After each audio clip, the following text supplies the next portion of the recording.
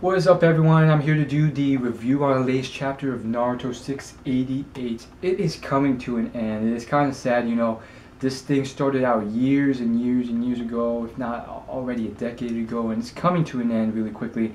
Let's get started with this chapter, though. I have to be honest, I'm pretty sure there's going to be a lot of people who hate certain aspects of this chapter, and I don't blame them. Like, honestly, it makes a lot of sense. There's certain aspects that, it's pretty cool, it's very innovative, and other aspects, it's just like, what the heck is going on? And I'm sure this is one of those things where it's just like, it's support for people who are like, okay, this is the story stuff where the author is running out of ideas, and he wants to, I've been saying this for a long time, but he wants this thing to end, and he's implied that many times, but he wants it to be this grand finale. So he's thinking of every little plot twister and little grandiose play to make this the most amazing ending ever. And this chapter is just like one of those things where he pulls, and it's just like, what are you really even thinking ahead of time? And let me just explain to you, this whole thing, last couple chapters with Obito building up to this whole thing where he, his whole life is just like, his whole life is just humiliated and laughed at, and then he dies and nothing he's done is accomplished, and then they go and ruin it by adding that last thing to the chapter where he's in the afterlife. And then this chapter, when we're finally like, okay, that whole tragic ending is averted because he wants this good ending, I can deal with that. This chapter, guess what, they bring it back. So it's, the chapter before, it was like this hypothetical afterlife thing. Is this real? Is this not? This chapter, they continue on this afterlife thing, so it's like, it's definitely sure that Obito is in the afterlife in his childhood form, which I, complained slightly about in the last video, because it's like, it's subjective. Like, do you really want to be reborn as a child in your afterlife? Even if that's what you want, is that truly the form that you really think embodies you?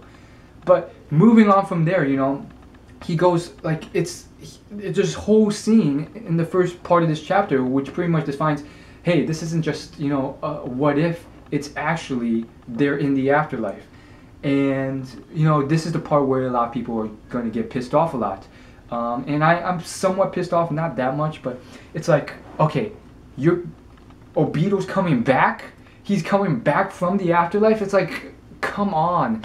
And then it's made definitely clear that it's not just this what if thing, which I would have kind of like, somewhat like the Inception film, but it's like, hey, they're definitely in the afterlife, and it's definitely a happy ending for Obito, but now they're sending Obito back.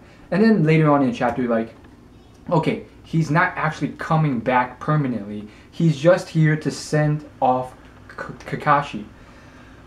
And it's kind of cool, at first you're expecting him to just like somehow come back because he has this Sharingan, and apparently he uses the time and space ninjutsu from his Sharingan technique to teleport from the afterlife or whatever that place is to where he was before, which is, bizarre, but that's the Naruto universe for you. But instead, it seems like he uses his chakra, and he can't, create a physical form. So he creates this aura, and it like goes into Kakashi's head, and he's talking to Kakashi in his head, similar to a lot of other things. I guess the biggest similarity is that whole Dumbledore scene in Harry Potter.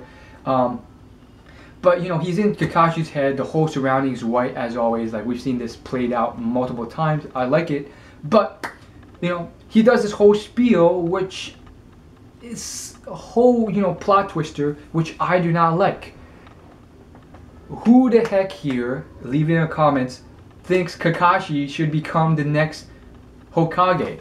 I mean, the author just pulls this crap. He's like, you know what, there's this whole battle of who should be the next Hokage, because he's made it pretty darn clear through all these foreshadowing events that, hey, this villain will be defeated and someone will become Hokage, and there will be a happy ending to the end. We just don't know who will be Hokage, because you remember that whole chapter, like dozens of chapters ago, where it was like every like single major character, Sasuke included, was like, I'm gonna be Hokage now. I think it was a chapter when Sasuke finally returned to the scene and revealed that he wants to help Naruto, and it's like every major character is like, I'm gonna be Hokage, including Rock Lee, including Sasuke, and it's just like, okay, did we really need that? And it was just a huge turn for the worst. It's like, what the heck's going on? Like, I thought Sasuke was gonna be the bad guy. I thought we were gonna have this huge Naruto Sasuke fight. Now the author has decided to turn this whole thing around, and Sasuke is, at least apparently for now, a goody two shoes. They all want to be Hokage. It's like, what the heck? Why would you do this? And so now they've decided, okay, Obito has decided, Kakashi, I want you to be the 6th Hokage. Everyone needs you. Somewhat like this whole temporary Hokage thing that they did before. And so it's like, 6th Hokage, now, you know, before Naruto becomes the 7th Hokage, that is, I want you to become the 6th. And I've come back and told Rin-sama that I need Kakashi to stay so we can spend time together. I'm fine with that, you know. Rin, Obito, you need your happy ending, but still.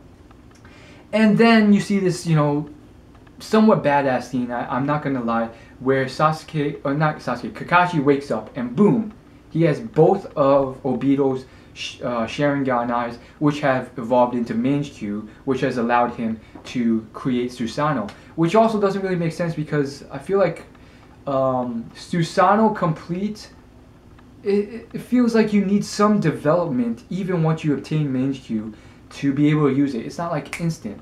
But again, it's, you know, Kakashi, he's a genius, I guess you could say. Not the biggest genius in Naruto, but a big genius, and so it makes somewhat sense.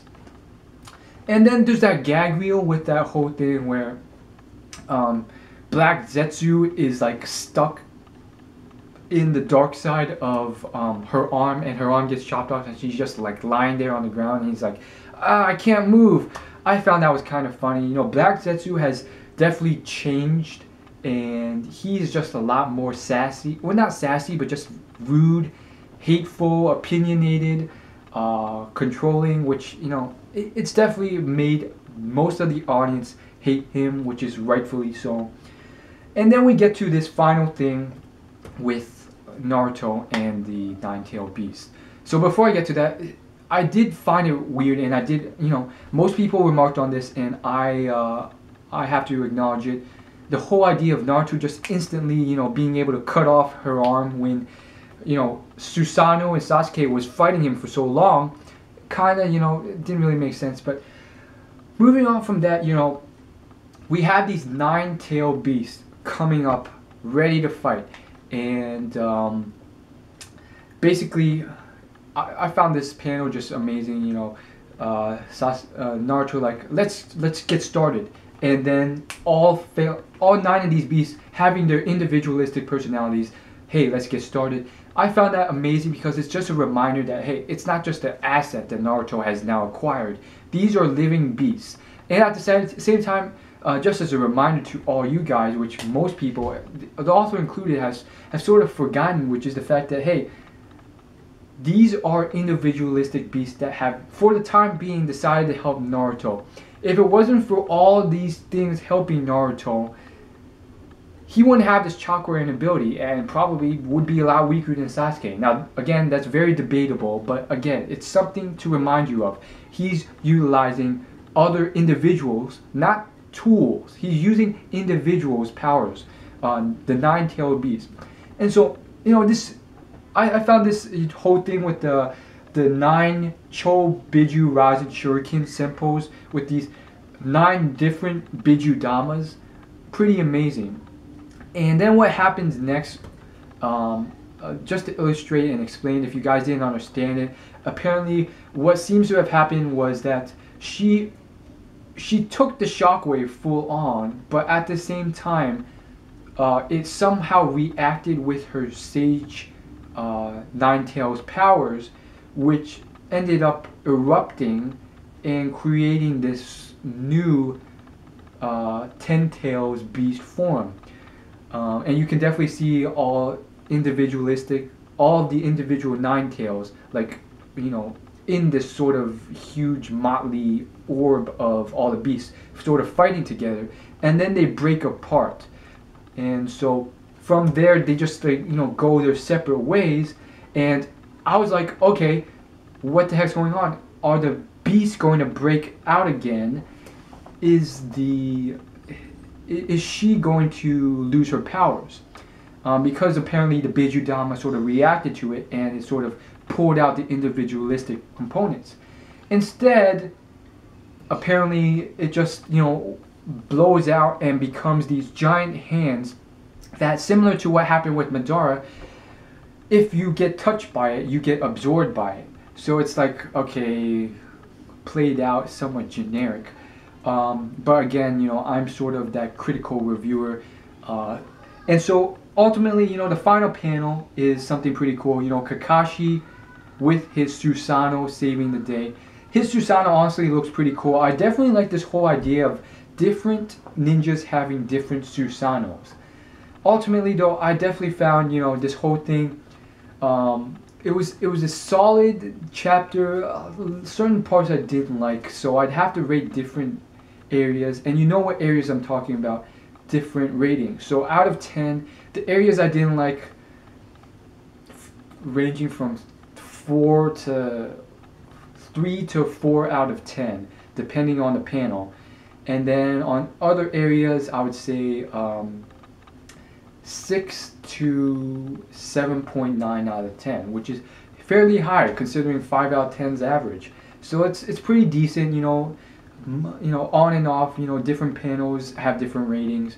And that's all we want to say, you know, solid, simple chapter. You know, let me know in the comments what you guys thought about this chapter. As always, like, favorite, comment, subscribe, and I'll see you guys later.